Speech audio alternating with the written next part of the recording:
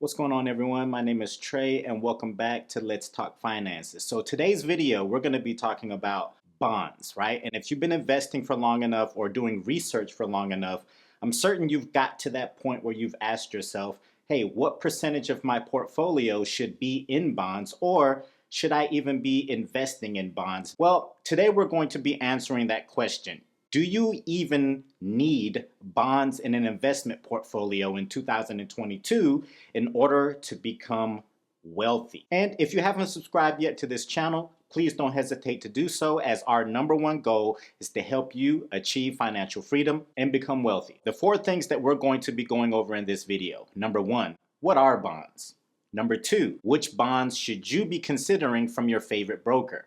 #3, why do people need or need not invest in bonds? And lastly, I'm going to be sharing with you whether I personally invest in bonds or not, and why that might be the case. Before we get started, I want to ensure that all of you understand the importance of having your proper asset allocation. Asset allocation being the correct number or percentage of stocks in correlation to bonds that you have in your portfolio. Every single individual is going to have a different asset allocation according to their investment strategy. So please ensure to do your own due diligence so that you can understand what the proper asset allocation for you is. All right, so let's talk about this. What exactly are bonds? Well, in order to understand what a bond is, let's first understand what a stock is. See, when you purchase stock in a company, essentially you're purchasing a small piece of that company to own, and you can do with it what you'd like. And along with this, you benefit from gaining when that company gains. Now, on the flip side to that, we have bonds. A bond is when you're loaning a company money, right? What reasons may you be loaning them that company? Who knows? But you're loaning them money in the form of an IOU, and that IOU says that they're going to pay you that money back in a certain amount of time, but they're also going to be giving you interest on that money. And that interest is called a coupon.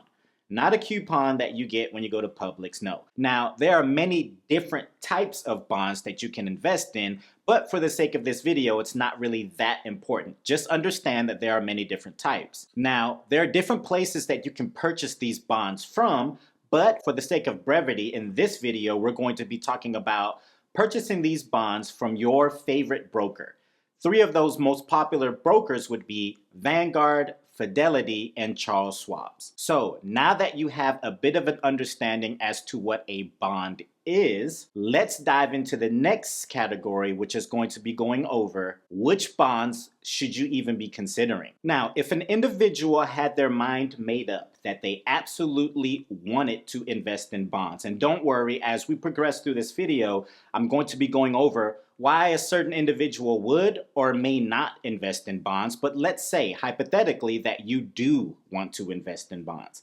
What bonds should I even be investing in, because there's so many of them? Well, I'm going to cover that right now. Now, mind you, you're not limited to these specific bonds. However, after research, these are the bonds that are performing the best, and these are also the bonds that are going to give you the most benefit in a diversified portfolio.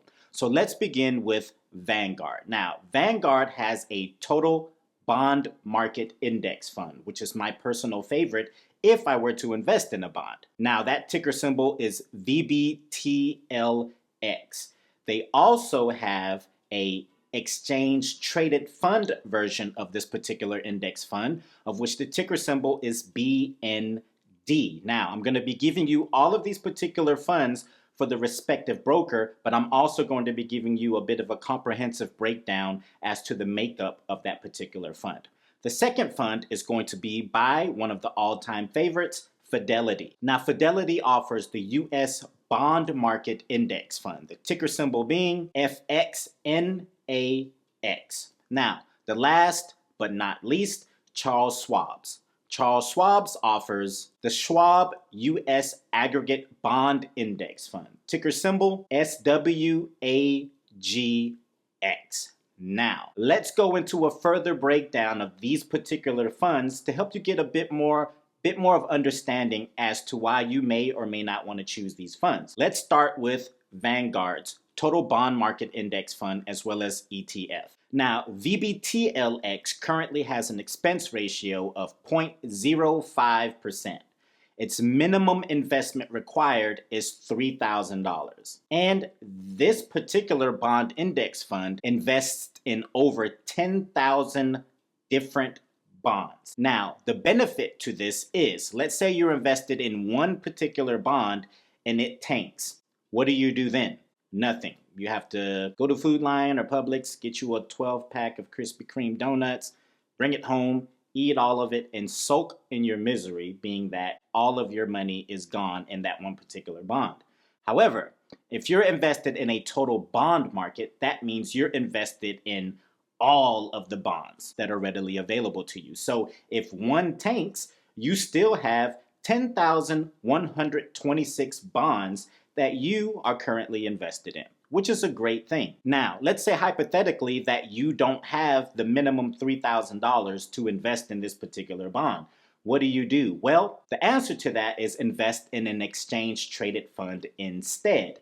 It invests in all of the exact same companies. The expense ratio is a little bit lower. As a matter of fact, let's go into that breakdown. So the breakdown for BND, which is the exchange traded fund version of Vanguard's total bond market index fund. The expense ratio is 0.035%, which is lower. There is no minimum required. However, you're going to be purchasing one share for however much that share is for that particular day. So let's say hypothetically, one share is $219, which is probably not the case, but let's just throw that out there. Then you would just purchase one share or however many shares for that particular dollar amount. And this one invests in the exact same number, 10,127 bonds. Now let's go over to Fidelity's. Fidelity's total bond market fund, ticker symbol FXNAX, has an expense ratio of 0.025%, which is lower. There's no minimum, which is a great thing. There's no minimum. You can start investing in this one right away, which alleviates the need to invest in an exchange traded fund unless you're doing this for tax purposes, which we're not going to go down that rabbit hole. But this one invests in slightly under the one for Vanguard at 8,317 bonds. And lastly, the one for Charles Schwab's, ticker symbol SWAGX. Now the expense ratio for this one is 0.040%, which is still very low. There's no minimum for this one, which is also a great thing. And this one invests in 8,209 different bonds. Now, of all of these, the vast majority of these bonds are going to be governmental bonds, which are decidedly some of the safest bonds that you can invest in. If I'm not mistaken, all of them are invested in upwards to 70% of government bonds, which makes this particular investment a lot safer than others. So now that we've got this out of the way, some of the best bond funds that you can be invested in, should you decide that you want to invest in bonds and it matches your investment strategy, let's dive into the next subject, which is, why would a person decide to invest in a bond, or why would an investor decide not to invest in a bond? First thing that is universally well known in terms of bonds and why individuals would even want to put bonds in their portfolio is the fact being that it lowers risk, right? It lowers risk essentially through diversification. Now, we all know that investing in stocks, one such as, let's say, an S&P 500 index fund, we know that there's a certain level of volatility in the market, which essentially then is going to raise risk. By investing in bonds, those bonds are going to smooth out the ride of investing in those riskier stocks, but in theory, through diversification, it lowers the overall risk of your portfolio. Second reason is that it provides income. So generally, bonds will provide a steady stream of income as long as you have it in your portfolio. And the way that you collect is through interest, or as I stated earlier, through coupons, right? So long as you're invested in that particular bond, that company is going to be giving you payments through interest, or we call it coupon. And lastly, these bonds help you preserve your income through the equity of which you've invested in your portfolio. So now let's dive into some reasons as to why individuals would not invest in bonds. And the biggest one is that there's far less growth associated with investing in bonds. So most individuals would say, look, I want to invest in more stocks than bonds because the stocks are what's going to help me become wealthy. Bonds are actually going to do the opposite, right? It's going to minimize the percentage of growth as opposed to maximize. A second reason why individuals may not invest in bonds is because it's too conservative or it's not aggressive enough. Earlier, I spoke about your asset allocation, which should be one of the main things that you decide to focus on when you're getting into investing.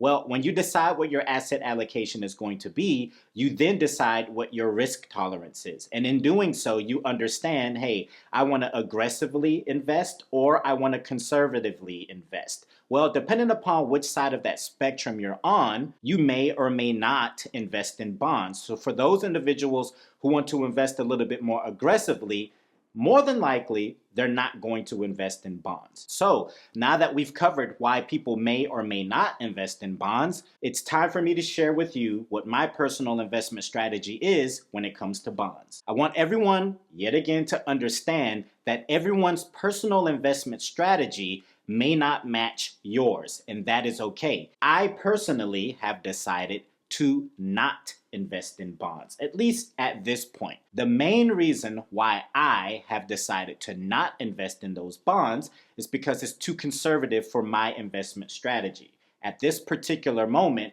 I have enough in savings, I have no debt, and I've accumulated enough in wealth to be able to offset that risk tolerance or the risk factor associated with 100% stocks. At the end of the day, I understand my risk tolerance, and in doing so, I understand my asset allocation, and in doing so, I understand my investment strategy, and in doing so, I understand my investment horizon. You see how all these tie in. So I personally do not invest in bonds, but because I don't, that doesn't mean that you shouldn't. What you should do is map out the perfect strategy that meets what you need. You may need bonds because your risk tolerance may be significantly lower than mine, which there's nothing wrong with that. So long as the decisions that you've made for your investment strategy matches that of yours and your family's goals, then you should be perfectly fine with that. And there you have it, guys. If you've enjoyed this video, please do not hesitate to hit that like button for the YouTube algorithm, but more importantly, subscribe to this channel so that you can accomplish your millionaire goals. Until the next video, guys, let's talk finances then.